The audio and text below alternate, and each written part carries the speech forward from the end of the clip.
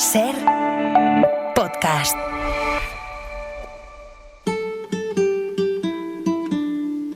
Hoy por Hoy Magazine. Ser podcast. Y ahora una historia que, narrada en un libro, puede comenzar justo cuando terminó, a las 7:28 de la tarde del 27 de junio de 2023. Y en Ucrania suben a 13 las víctimas mortales por el bombardeo ruso sobre una pizzería en Kramatorsk. La última fallecida confirmada es Victoria Amelina, una reconocida escritora del país. O antes, el 24 de febrero de 2022, cuando Rusia invadió Ucrania, así lo contábamos esa misma madrugada en este mismo programa. Hola, muy buenos días. Esta madrugada del 24 de febrero, Rusia ha declarado la guerra a Ucrania de la forma en la que Putin hace las cosas, ordenando una operación militar en la región del Donbass que en realidad se extiende ya desde hace horas a otras zonas del país. Este sonido se repite en Kiev, en Mariupol, en Odessa. Rusia bombardea puntos estratégicos desde poco después de que se emitiera el mensaje de Vladimir Putin. O tal vez poniendo el foco aún más atrás, con la ocupación de Rusia en Crimea ya por el 20 de febrero de 2014. Crimea es un punto estratégico, político y militar, y la presencia militar de los rusos parece que ya es un hecho. Última hora, Victoria García, buenas tardes. Buenas tardes, Esther. 6.000 soldados rusos se habrían desplegado por Crimea, en una región de Ucrania fronteriza con Rusia, con aspiraciones de dejar de ser ucranianos y volver al arropo de Moscú. También podría haber sido la crónica que nunca podrá contar Victoria Amelina, escritora, activista ucraniana, asesinada por un misil mientras comía en una pizzería de Kramatorsk. O de los que estaban a su lado con ella y sin embargo no murieron, como la corresponsal de guerra colombiana Catalina Gómez. Este es el resultado de un ataque que acaba de suceder en la ciudad de Kramatorsk. Este es uno de los restaurantes más importantes de la ciudad, cuando un misil cayó exactamente. O Sergio Jaramillo, exalto comisionado de paz. Pues Rusia ha incrementado sus ataques criminales contra la población civil. A mí me parece que es realmente un escándalo que el mundo no esté más escandalizado. Yo miraba a Sergio, miraba a Catalina, miraba al chofer de nosotros, ucraniano y traductor, que se llama Dima. Y luego, Héctor Abad Faciolince, el escritor que relata en Ahora y en la Hora cómo salvó su vida del impacto de un misil y del espanto, del horror de la guerra en Ucrania. Igual que casi hace 20 años narró en El olvido que seremos la violencia en Colombia, que terminó costando la vida a su padre, el médico y defensor de los derechos humanos, Héctor Abad Gómez. Héctor Abad Faciolince, muy buenos días. Buenos días, gracias por invitarme. ¿Qué tal estás? Bien, aunque oyendo todo esto, no sé, raro, es muy impresionante. Claro, porque eran vuestras declaraciones momentos después de que ocurriera que cayera el misil. Claro, me di cuenta, nunca lo había vuelto a oír. Así contamos nosotros, formaban parte de las crónicas que contábamos. El shock de sobrevivir a un misil sobre un restaurante en el que estabais comiendo, ¿tuvo algo casi más de irreal todavía que horroroso? Sí, porque todo se suspende, porque lo último que yo pensé fue nos mataron y me quedó siempre la duda, a veces todavía la tengo, de si no nos habremos muerto todos en ese momento y tengamos la sensación de seguir viviendo como si nada. Es muy raro porque yo era el más viejo de la mesa, porque Victoria, la que falleció frente a mí, tenía la edad de mi hija, habían nacido en el mismo año, en el año de la catástrofe de Chernóbil, que sucedió también en Ucrania, porque yo oigo mal por el oído derecho y me había cambiado de silla, y para oírle bien a Sergio, que no vocaliza nunca, y ella se pasó para la silla que yo estaba ocupando, y ahí fue donde la metralla le entró por la cabeza, por detrás. Luego supe que habían fallecido 2 gemelas de 14 años, a las que el padre las había llevado a celebrar sus buenas calificaciones, y el padre sobrevive.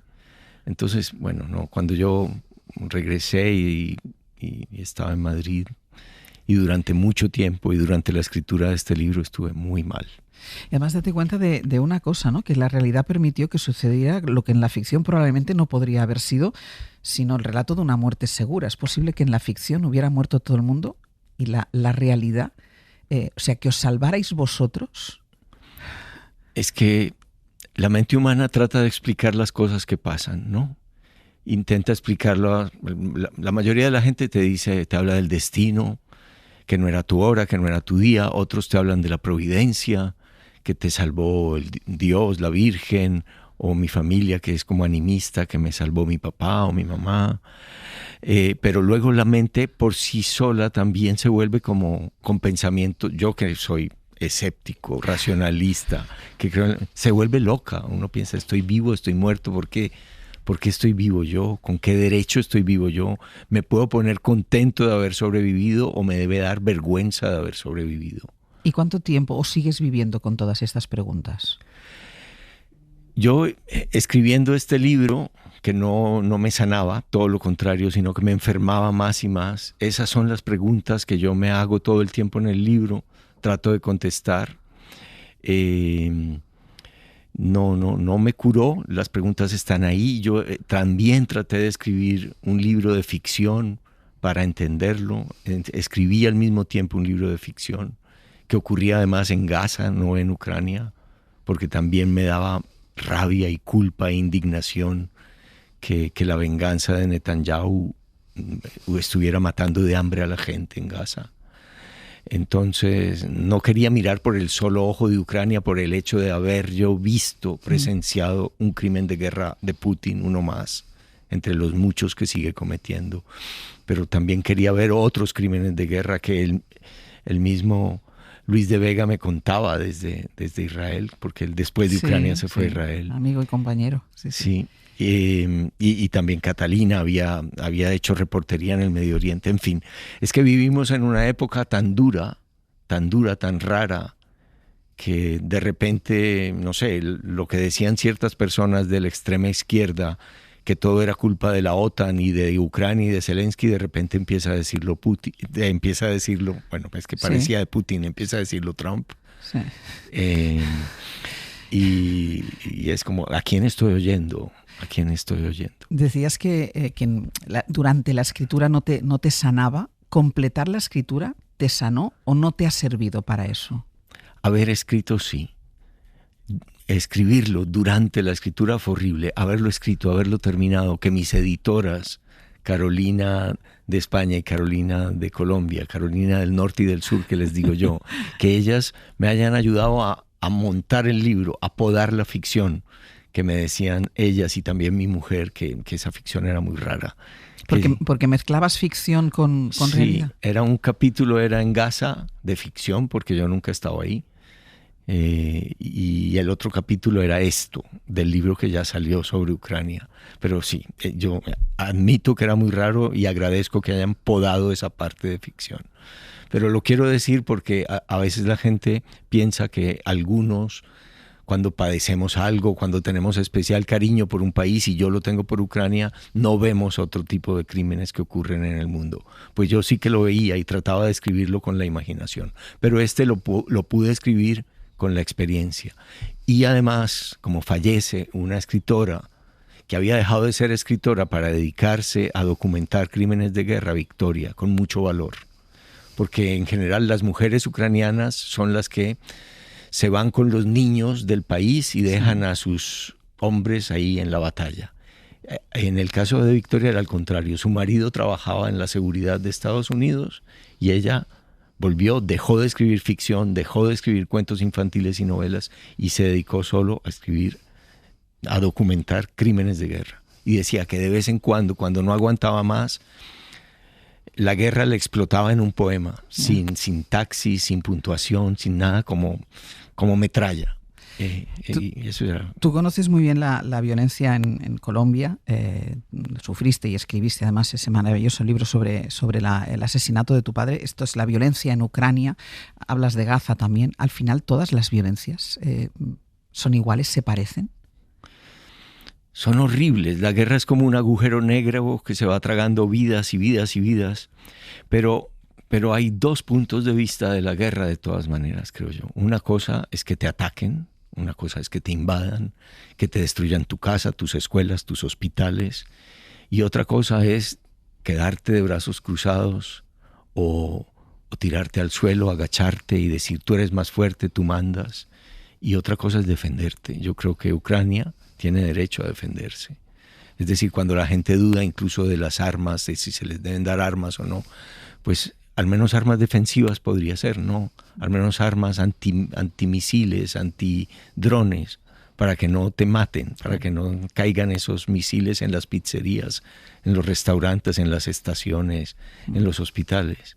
Al menos armas defensivas, yo creo que nadie debería dudarlo. Yo conocía el episodio, evidentemente, porque lo contamos aquí, hablamos de ello, pero yo no conocía tu vinculación con Ucrania, que es la que he descubierto a partir del libro, porque a mí me parece deliciosa esa manera en la que dos muchachas, porque son muy jóvenes, que tú lo desvelas más tarde, son dos niñas casi, te escriben un día porque quieren traducir al ucraniano El olvido que seremos. Sí.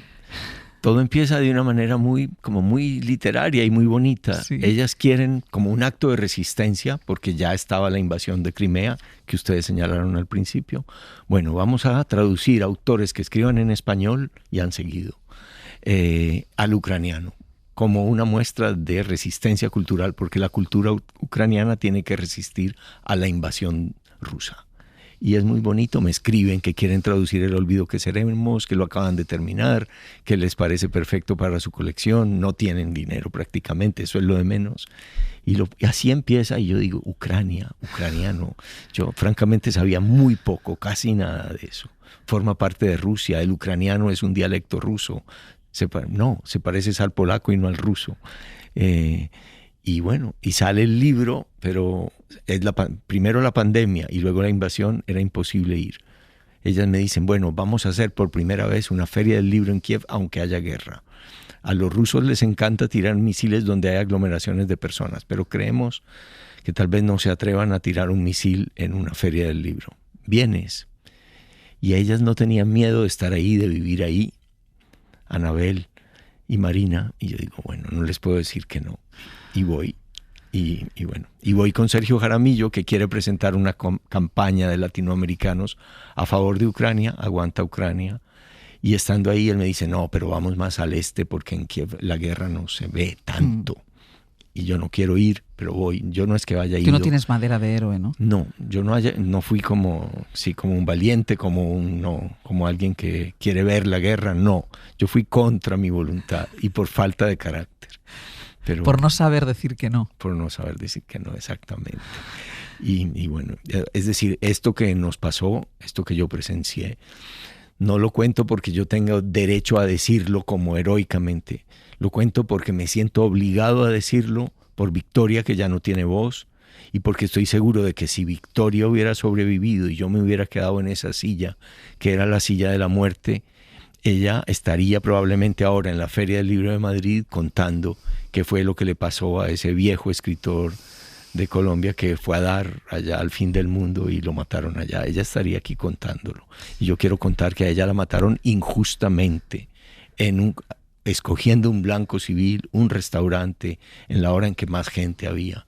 Y consiguieron matar a 13 personas y herir y mutilar a 62 más. Entonces, de alguna manera te conviertes también en activista por los derechos humanos, por los derechos de los ucranianos. De alguna manera intentas captar a gente para la causa. ¿Te has llevado muchas decepciones? Es curioso, ¿no? Porque muchos de mis amigos, colegas, decían exactamente lo mismo que dice ahora Trump, la extrema derecha. Mis colegas en general de izquierda decían, no, eso es culpa de la OTAN. No, es que Ucrania es parte de Rusia, Ucrania no es otra cosa. No, es que la culpa la tienen los ucranianos porque no dejaban hablar en ruso a la gente. Lo mismo que dice Trump y lo mismo que dice la propaganda rusa es lo que ellos decían. Era muy triste, era muy decepcionante. Y bueno, con algunos me peleé, con otros logré mantener la amistad porque algunos también reconocen al menos que Putin es un asesino. ¿Y con la familia bien? Con la familia fue muy duro. Cuando mi esposa me oía que estaba planeando este viaje, me llamó aparte y me dijo, ya sé que vas a ir, quiero que sepas que con esto me estás haciendo mucho daño. Y cuando pasó esto, ella me dijo, bueno, y después de verme en ese año deprimido, mal, sin ser capaz de escribir este libro, este viaje a Ucrania nos jodió la vida para siempre. Yo recomiendo mucho que lo lean porque no es la historia de ese episodio que porque él estaba allí quiere contarlo, sino porque es un libro que permite entender muy bien lo que pasa en Ucrania, cómo es Ucrania y cómo se vive ahora mismo en Ucrania. Y es un libro maravilloso que se devora, Héctor. Yo otra vez tengo que darte las gracias por lo que escribes. Gracias a ti por leerlo, por darme la oportunidad de leerlo. Muchísimas gracias. Para no perderte ningún episodio, síguenos en la aplicación o la web de la SER, Podium Podcast o tu plataforma de audio favorita.